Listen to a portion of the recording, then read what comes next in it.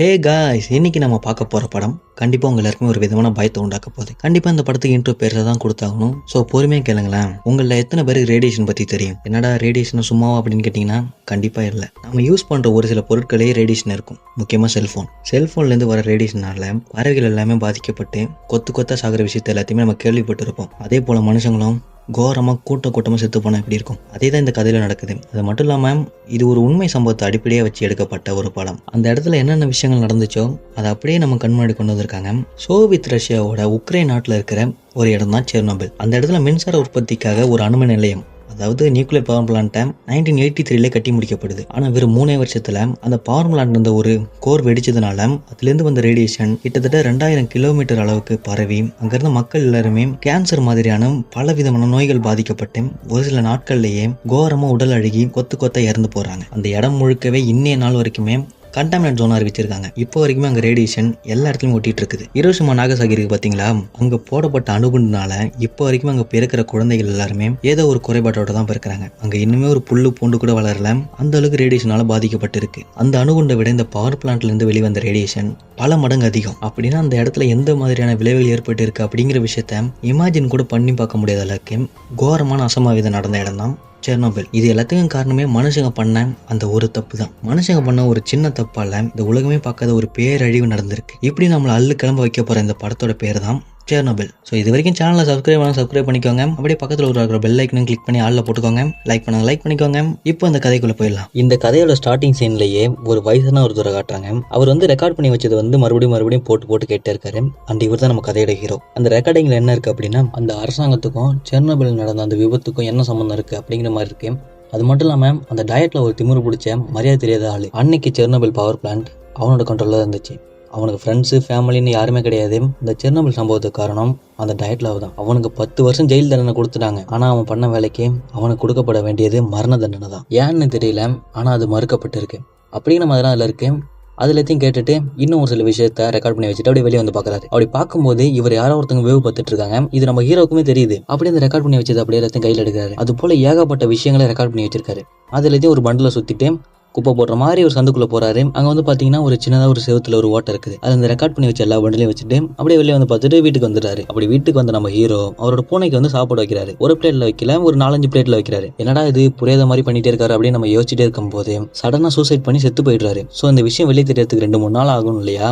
அது வரைக்கும் பூனை பட்டினி இருக்கக்கூடாதுன்னு சொல்லிட்டு மனுஷன் அத்தனை பிளேட்ல சாப்பாடு வச்சிருக்காரு. இப்போ அப்படியே 2 வருஷத்துக்கு முன்னால அந்த செர்னோபில் சிட்டி தான் காட்டுறாங்க. அங்க ஒரு சொற்ற முடி பொண்ணு இருக்காங்க. இவங்க பேர் லேடியா. இவங்க பிரெக்னெண்டா இருப்பாங்க போல இருக்கு. அதனால வாமிட் வர போல இருக்கு. சோ அதனால நைட் ஃபுல்லா தூக்கம் வராம எழுந்து காஃபி குடிக்கலாம் அப்படின்னு சொல்லிட்டு போகும்போது தூரத்துல அந்த பவர் பிளான்ட் வெடிச்சு கொழுந்து விட்டு எரிய ஆரம்பிக்குது. அவ்வளவு தூரத்துல இருக்க அந்த பவர் பிளான்ட் வெடிச்சதுனால அந்த இடத்துல கிட்டத்தட்ட ஒரு சின்னதா நிலநடுக்கமே வந்துருது. அந்த இடம் ஃபுல்லாவே அதிர ஆரம்பிச்சிருது. இதனால லிடியாவோட ஹஸ்பண்ட் தூங்கிட்டு இருந்தாரு இல்லையா, அவர் எழுந்து வந்து பார்க்கும்போது அந்த பவர் பிளான்ட் பத்தி எரிஞ்சிட்டு இருக்கு. அதுல இருந்து ஒரு விதமான வெப்பம் வானத்தை நோக்கி போயிட்டு இருக்கு. ஒரு விதமான ஒளியும் வந்துட்டு இருக்கு அதுல இருந்து. இதை இவங்க 2 பேரும் பார்த்துட்டே இருக்கும்போது இப்ப அந்த பவர் பிளான்ட்குள்ளதான் காட்டுறாங்க. ஒருத்தன் பயத்தோட நடுங்கி போயிட்டு நிக்கிறான் இல்லையா, இவன் தான் அந்த டயட் லவ். இவன் தான் இப்போதைக்கு அந்த செர்னோபில் பவர் பிளான்ட்டோட ஒரு சீஃப். இவன் என்ன சொல்றானோ அதை தான் அங்க இருக்கிற வேலை பார்க்குற எல்லா ஸ்டாஃபுமே பண்ணுவாங்க. இவன் அப்படியே ஃப்ரீஸ் ஆகி நின்றுட்டு இருக்கும்போது அங்க இருக்க ஸ்டாஃப் எல்லாருமே சார் அப்படிங்கிற மாதிரி கத்துறாங்க. இப்போ என்ன நடந்துச்சு அப்படின்னு இவன் கேட்கறான். அப்போ ஒருத்தன் ஓடி வந்து, சார் இந்த மாதிரி டர்பைன் ஹால்ல தீ பிடிச்சிருக்கு அப்படின்னு சொல்றான். ஓ அப்படியா, அந்த டேங்க் ஃபுல்லாவே ஹைட்ரஜன் தானே இருந்துச்சு.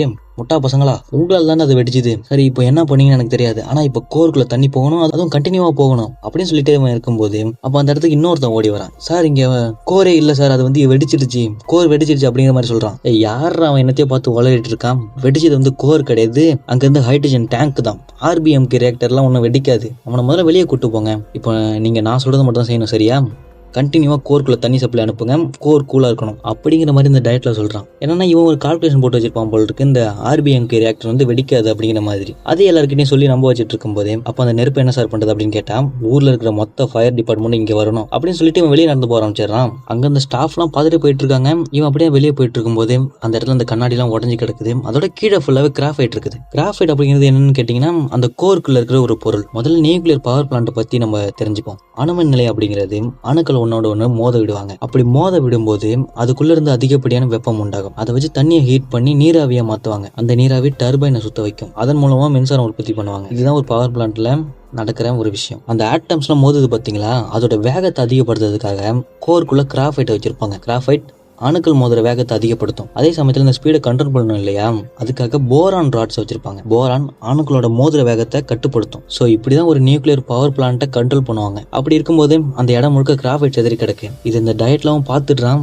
கட் பண்ண அந்த சுருட்ட முடி பொண்ணு லிடியா தான் கட்டாங்க. அவளோட ஹஸ்பண்டும் ஒரு ஃபயர் டிபார்ட்மெண்ட் சேர்ந்தவர் தான் போல் இருக்கேன். அவர் எப்படி இந்த பவர் பிளான்ட் வரதுக்காக கிளம்பிட்டு இருக்காரு. இப்போ நீங்க போகணுமா, அங்க எது கெமிக்கல் அது வெடிச்சிச்சுன்னா அப்படிங்கிற மாதிரி லிடியா கேட்க, என்னது கெமிக்கலா, இதெல்லாம் அசால்ட் மேட்ரு, போயிட்டு 10 நிமிஷம் அணைச்சிட்டு வரேன் பாரு, மாமனை பத்தி தெரியாத உனக்கு, வரட்டா அப்படின்னு சொல்லிட்டு அவர் கிளம்பி போயிட்டாரு. இப்போ அப்படியே அந்த பவர் பிளான்ட் குள்ள காட்டுறாங்க. அங்க ஒருத்தர் வந்து ஒரு பொருளை வந்து தேடி வந்துட்டு இருக்காரு. அப்படி தேடி வந்துட்டு இருக்கும்போது ஒரு ரூம்குள்ள வந்து ஒருத்தர் உட்காந்துருக்கான். டாசிமீட்டர் எங்க அப்படின்னு கேட்டா, என்னது போர் நடக்குதா, அணுகுண்டை போட்டாங்களா அப்படிங்கிற மாதிரி அவன் கேட்டுட்டு இருக்கான்.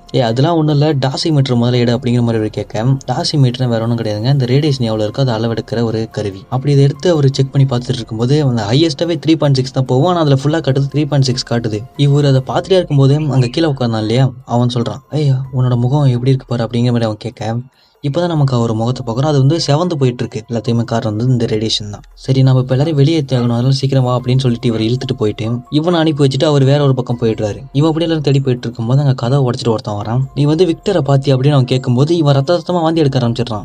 நீ இங்கே இரு, நான் போயிட்டு விக்டரை கூட்டு வரேன் அப்படின்னு சொல்லிட்டு அவன் விக்டரை தேடி போயிட்டு இருக்கிறான். அங்கே மேலே போயிட்டு பார்க்கும்போது அந்த விக்டர் வந்து கீழே விழுந்து கிடக்குறான். அப்படி வந்து இவர் கீழே விழுந்த விக்டரை தூக்கி பார்க்கும்போது அவன் முகமே அழுகி போயிட்டு இருக்கு. பாதி உடம்பு அப்படியே உருகி போன மாதிரி இருக்கு. அவன் வந்து அரைக்குறைய சொல்றான், இந்த மாதிரி கோர் அப்படிங்கிற மாதிரி சொல்ல அந்த இடத்துல இருந்து அவ்வளோ ரேடியேஷன் வெளியே வந்துட்டு இருக்குது. இது ஒரு பார்த்துட்டே இருக்கும்போது இப்போ அந்த டயட்ல வந்து நம்ம காட்டுறாங்க. அங்கே இருக்கிற ஸ்டாஃப் எல்லாருமே அவங்கவுங்க பிரச்சனை சொல்றாங்க. இந்த மாதிரி எங்களுக்கு வந்து பேனல் ஒர்க் ஆக மாட்டேங்குது, எந்த வித கண்ட்ரோலுமே ஒர்க் ஆகல அப்படின்னு சொல்லும் போது, அதெல்லாம் எனக்கு தெரியாது, இப்போ கோருக்குள்ள தண்ணி போகணும், அதை மட்டும் பண்ணுங்க அப்படின்னு சொல்லும் போது, அது எப்படி சார் பண்ண முடியும் அப்படின்னு அவன் கேட்க, அதெல்லாம் எனக்கு தெரியாது, பண்ணி வந்து கீழே போயிட்டு மேனெல்லாம் தண்ணி சப்ளை கொடுக்க போறோம் அப்படின்னு சொல்ல, எப்படி அந்த கோர் வெடிச்சிருச்சு அப்படின்னு சொல்லிட்டு உங்களுக்கு வந்து அரைவரே தெரிஞ்சிடுச்சு.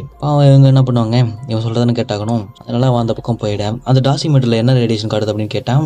3.6 ராங் டன் அப்படின்னு சொல்றாரு. 3.6 தானே, அவ்வளோ மோசமானதுனால சமாளிக்கிற அளவு தான் இருக்கு அப்படிங்கிற மாதிரி சொல்லிட்டு இருக்கேன். இப்போ அந்த பவர் பிளான்ட்குள்ள அந்த ஃபயர் டிபார்ட்மெண்ட் சேர்ந்த ஆளுங்க எல்லாருமே வந்துட்டாங்க. வந்துட்டு பார்க்கும்போது அந்த இடம் ஃபுல்லாவே பத்தி எரிஞ்சிட்டு இருக்கு. இவங்க வந்து அதை அணைக்கலாம் அப்படின்னு சொல்லிட்டு இந்த வாட்டருக்கான பைப் லைன் எல்லாமே செட் பண்ணிட்டு இருக்காங்க. அப்போ பாருங்க, ஒருத்தன் அந்த கிராஃபைட் இருக்கு பாத்தீங்களா, அதை கையில எடுத்து என்ன இது காங்கிரீட் கல் வித்தியாசமா இருக்கு அப்படின்னு இவங்க பார்த்துட்டு இருக்கான்.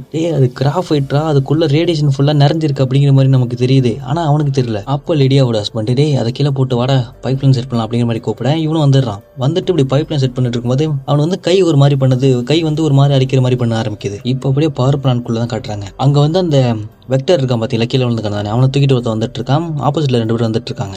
எங்கடா உள்ள போயிட்டு இருக்கீங்க அப்படின்னு கேட்டா, நாங்க கண்ட்ரோல் ராட்ஸை வந்து இறக்க போறோம், கோருக்குள்ள வந்து தண்ணி சப்ளை கொடுக்க போறோம் அப்படின்னு சொல்ல, அங்க கோரே இல்லடா, கோர் வெடிச்சிச்சு அப்படின்னு இவன் சொல்றான். ஆனா அவங்க கேட்க மாட்டாங்க. எங்களுக்கு வந்து ஆர்டர் வந்துருச்சு, அதை கன்ஃபார்ம் செஞ்சு முடிச்சு ஆகணும் அப்படிங்கிற மாதிரி சொல்ல, பாவம் இவங்க வந்து மேலெடுத்து ஊத்துறதுக்கு வந்து கட்டுப்பாடு நடந்தாகணும் போல இருக்கு. சரி இருங்கடா நானும் வரேன் அப்படின்னு சொல்லிட்டு அந்த தூக்கிட்டு வந்தான் பாத்தீங்களா, அவன் அப்படியே ஓரமா படுக்க வச்சுட்டு இவனுங்க கூட சேர்ந்து 3 பேர் அந்த கோரை நோக்கி போக ஆரம்பிக்கிறாங்க. இப்போ அந்த கிராஃபைட் கையில எடுத்தான் பாத்தீங்களா, அவனை தான் கட்டுறாங்க. அவன் கையை பார்த்தா அப்படியே உருகி போயிட்டு இருக்குது. கையெல்லாம் அப்படி குழகுழன்னு ஆகிடுச்சு. பாருங்க ரேடியேஷன் எந்த அளவு மோசமா இருக்கு அப்படின்ட்டு. அவ்வளவுதான், இதை பார்த்து லேடியோட ஹஸ்பண்டுக்கு வந்து அள்ளு கிளம்பிடுது. அது மட்டும் இல்லாம இவங்களை சுத்தி ஏகப்பட்ட கிராஃபைட் துண்டுகள் கிடக்குது. அங்க அந்த 3 பேர் வந்து கோரை நோக்கி போயிட்டு இருந்தாங்க இல்லையா, அவங்க போயிட்டு இருக்கும்போது நடுவில் வந்து ஒரு டோர் வந்து ஜாம் ஆயிட்டு இருக்குது. சரி நான் வந்து டோரை ஓபன் பண்ணி முடிச்சுக்கிறேன், இன்னைக்கு 2 போய் கோரை பார்த்துருவாங்க அப்படிங்கிற மாதிரி அவன் சொல்ல அனுப்பி வைக்க, அந்த 2 பேர் வந்து உள்ள போறாங்க. உள்ள போய் பார்க்கும்போது தான் தெரியுது அந்த கோர் பத்தி எரிஞ்சிட்டு இருக்கு. அங்க கோரே இல்ல, அதுக்குள்ள இருந்து ஏகப்பட்ட ரேடியேஷன் வெளியே வந்துட்டு இருக்கு. இவங்க வந்து ஒரு 2-3 செகண்ட் தான் அதில் நின்றுப்பாங்க. ஆனா இவங்க முகம் அப்படி செவந்து போயிடுது. இவங்களுமே ரேடியேஷனால பாதிக்கப்பட்டுட்டாங்க. அவ்வளவுதான், இனிமே ஒரு செகண்ட் கூட இங்க நிக்க கூடாது அப்படின்னு சொல்லிட்டு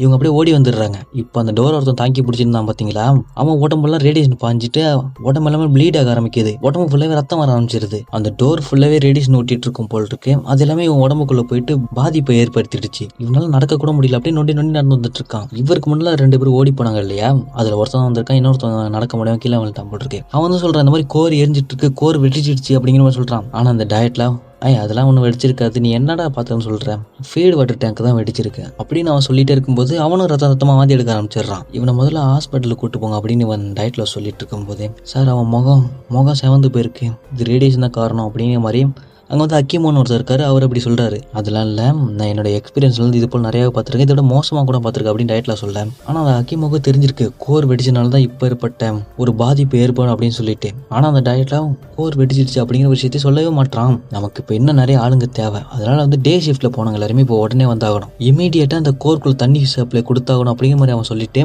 டே ஷிஃப்ட் ஆளுங்க எல்லாரையும் வர சொல்ல அப்படிங்கிற மாதிரி அக்கிமோ கிட்ட சொல்லவும், இவருக்கு தெரியுது இன்னும் இங்கே ஆளுங்க வந்து அவங்க எல்லாருமே ரேடியேஷனால பாதிக்கப்பட்டு கொடூரமா செத்து போயிடாங்க அப்படின்னு சொல்லிட்டு இவருக்கு தெரியுது. ஆனால் இப்போ என்ன பண்ணுறது, இப்போ அந்த இடத்துக்கு சீஃப் வந்து இந்த டயட்ல தானே கால் பண்ணி டே ஷிஃப்ட் ஆளுங்க எல்லாரும் வர சொல்லிட்டு இருக்காரு. இப்போ தூரத்தில் ஒரு ஹாஸ்பிட்டலில் கட்டுறாங்க. அங்கே வந்து ஒரு டாக்டர் வந்து இந்த பவர் பிளான்ட் எரிஞ்சிட்டு இருக்கு பார்த்தீங்களா நெருப்பு, அதை பார்த்துட்டு இருக்காங்க. அப்போ வந்து கூடவே ஒரு டாக்டர் இருக்காரு. அவர்கிட்ட வந்து சார் நம்ம கிட்ட எந்த அளவுக்கு அயோடின் பில்ஸ் இருக்கு, அயோடின் டேப்லெட் எவ்வளோ இருக்கு அப்படிங்கிற மாதிரி கேட்கறாங்க. ஸோ இவங்களுக்குமே நம்ம தெரிஞ்சிருக்கு போல் இருக்கு எங்கேயோ ஒரு அசம்பாவிதம் நடந்துட்டு இருக்கு அப்படின்னு சொல்லிட்டு. இப்போ அப்படியே ஒருத்தருக்கு வந்து கால் வருது நைட் டைம்ல. இவர் தான் அந்த பவர் பிளான்ட்டோட வந்து ஓனர் மாதிரி. அவருக்கு கால் பண்ணி சார் இந்த மாதிரி உங்களோட பவர் பிளான்ட் தீ பிடிச்சிருச்சு அப்படிங்கிற மாதிரி சொல்ல அவர் கிளம்பி வந்துட்டு இருக்காரு. அவர் கூட இன்னொருத்தரும் வர்றாரு. அவரோட பேர் ஃபோர்மன். இவங்க 2 பேரும் தான் அந்த பவர் பிளான்ட்டோட ஓனர் மாதிரி. 2 பேருமே வந்து பார்ட்னர்ஸ். இவங்க வந்து அந்த டயட்ல கிட்ட ஏன் இந்த மாதிரி தீ பிடிச்சது அப்படின்னு கேட்க அதுக்கு அவன் சார் நாங்கள் இந்த மாதிரி சேஃப்டி டெஸ்ட் தான் ரன் பண்ணோம். அப்போ கண்ட்ரோல் சிஸ்டம் டேங்க்ல ஹைட்ரஜன் சேர்ந்துச்சு, அதனால தீப்பொறி உண்டாகி அந்த இடம் வெடிச்சிடுச்சு அப்படிங்கிற மாதிரி அவன் சொல்றான். இவன் வந்து அது கோர் வெடிச்சதே வந்து யார்ட்டையும் சொல்லவே மாட்டான். சரி ரேடியேஷன் எந்த அளவுக்கு இருக்கு அப்படின்னு கேட்டா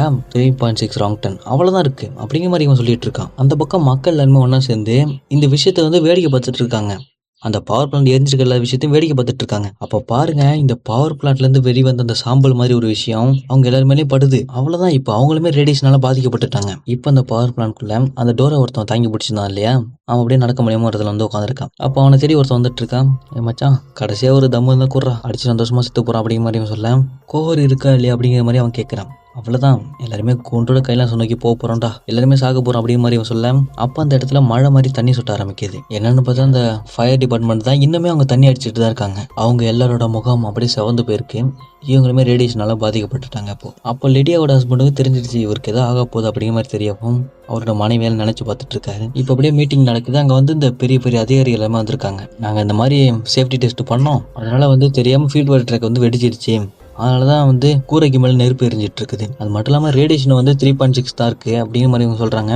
கூரை எனது 3.6 அது அவ்வளோலாம் இருக்க வாய்ப்பு இல்லை, அது அதிகமாக இருக்க வாய்ப்பு இருக்கு. வெளியே பார்த்தீங்களா எல்லாருமே வாந்தி எடுத்துட்டு இருக்காங்க. அது மட்டும் இல்லாமல் அந்த ஒளி வானத்தை நோக்கி போயிட்டு இருக்க அந்த ஒளி, நாம இப்போ வந்து டவுன்ல இருக்க எல்லாருமே வெளியேற்றி ஆகணும். இங்க பெண்கள் குழந்தைகள் எல்லாமே இருக்காங்க, எல்லாரும் உயிருக்குமே இப்போ ஆபத்து இருக்கு அப்படிங்கிற மாதிரி ஒரு கரெக்டாக சொல்லிடுறாரு. ஆனால் அந்த டயட்ல அது மினிமம் ரேடியேஷன்ல அந்த ஒளி வரும். அப்படியே அந்த பவர் பிளான்ட்டோட ஓனரே என்னோட மனைவி குழந்தை எல்லாமே இங்கே தான் இருக்காங்க, இங்கே மட்டும் ரேடியேஷன் அந்தளவு அதிகமாக இருந்தால் நாங்கள் உங்களை இங்கே வச்சிருப்போனா, அதெல்லாம் ஒன்றும் பயப்படாதீங்க அப்படிங்கிற மாதிரி அவர் சொல்லிட்டு இருக்காரு. ஓ அப்படியா, அதெல்லாம் ஒன்றும் பிரச்சனை இல்லை, சமாளிச்சிடலாம் அப்படிங்கிற மாதிரி அவங்க சொல்லிட்டு எல்லாருமே அனுப்பி வச்சிடுறாங்க. இப்போ அப்படியே அந்த டயட்ல பார்க்கறதுக்காக அந்த பவர் பிளான்ட் வேலை செய்கிற ஒரு சீஃப் இன்ஜினியர் வராரு. நான் வந்து சேஃப்லேருந்து ஒரு டாசிமீட்டர் எடுத்து செக் பண்ணி பார்த்தேன், அது வந்து 1000 ராங்டன் அளவுக்கு போகும். ஆன் பண்ண உடனே அது எரிஞ்சிடுச்சு. ஓ அப்படியா, அது வந்து ஒரு ரிப்பேரான மீட்டர் அப்படிங்க சொல்ல, அது மட்டும் இல்லை நான் வந்து ஃபயர் டிபார்ட்மெண்ட் கிட்ட இருந்து இன்னொரு டாசிமீட்டர் வாங்கி செக் பண்ணி பார்த்தேன், அது கிட்டத்தட்ட 2000 வரைக்கும் போகும், ஆனா அதுவுமே ஃபுல்லா காட்டுது அப்படிங்கிற மாதிரி இவன் சொல்ல, என்ன விளாட்ரியா, எப்படி வெடிச்ச ஃபீட் வாட்டர் டேங்க்ல இருந்து இந்த அளவு ரேடியேஷன் வரும் அப்படிங்கிற மாதிரி இவர்கிட்ட கேட்க, அது ஒன்று ஃபீட் வாட்டர் டேங்க்ல வெடிச்சது கோர் அப்படிங்கிற மாதிரி சொல்றான். என்னது கோரா, இந்த ரியாக்டர் கோர்லாம் வெடிக்க வாய்ப்பே இல்லை, ஆர்பிஎம்கே ரியாக்டர் கோர்லாம் வெடிக்காது, நீ வேற எதையும் பார்த்து வளர்ட்டு இருக்க அப்படின்னு இந்த டயட்ல சொல்லிட்டு இருக்கும்போதே டக்குன்னு அவனும் வாந்தி எடுக்க ஆரம்பிச்சிடுறான். அவனும் அந்த இடத்துல தானே இருந்தான், அவனுமே ரேடியேஷனில் பாதிக்கப்பட்டிருக்கான். அவனை மருத்துவ உதவியாக தூக்கிட்டு போயிட்டு இருக்கும்போது இப்போ அந்த சீஃப் இன்ஜினியர் இருக்கான் பார்த்தீங்களா, அவனை அனுப்பி கோர் இருக்கா இல்லையா அப்படின்னு பார்த்துட்டு வர சொல்கிறாங்க.